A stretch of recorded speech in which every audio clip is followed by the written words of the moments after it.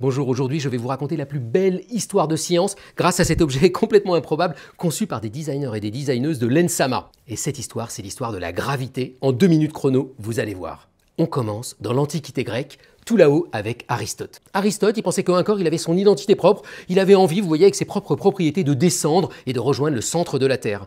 Donc Aristote, il pensait qu'un corps lourd, eh ben, ça allait tomber plus vite que, ça c'est un bonbon mais j'ai pas le temps de le manger, qu'un corps léger. Alors regardons ce que voyait Aristote en direct.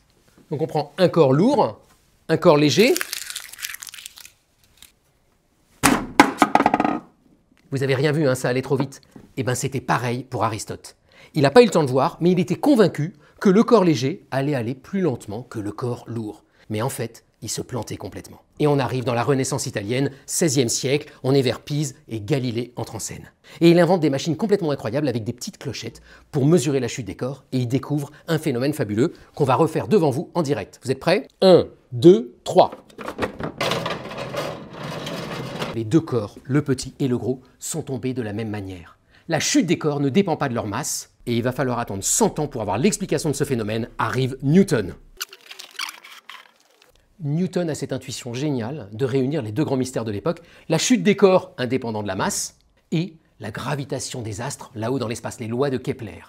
Et il arrive à comprendre les deux avec une seule et même explication. Si je prends un petit objet et que je le déplace, regardez ce qui se passe.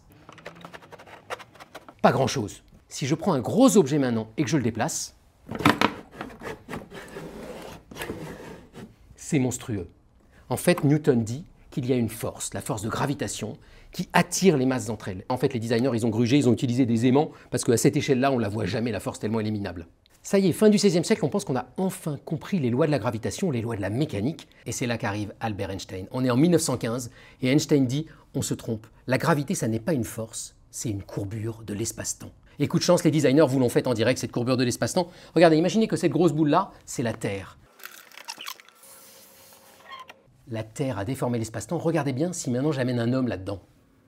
Ça, c'est moi. Je m'approche de la Terre. Eh bien, je suis attiré, non pas par une force gravitationnelle, mais par la courbure de l'espace-temps créée par la Terre.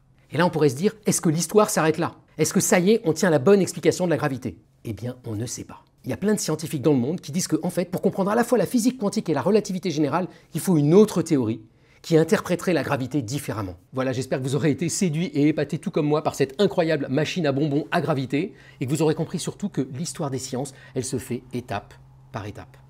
Bonne journée!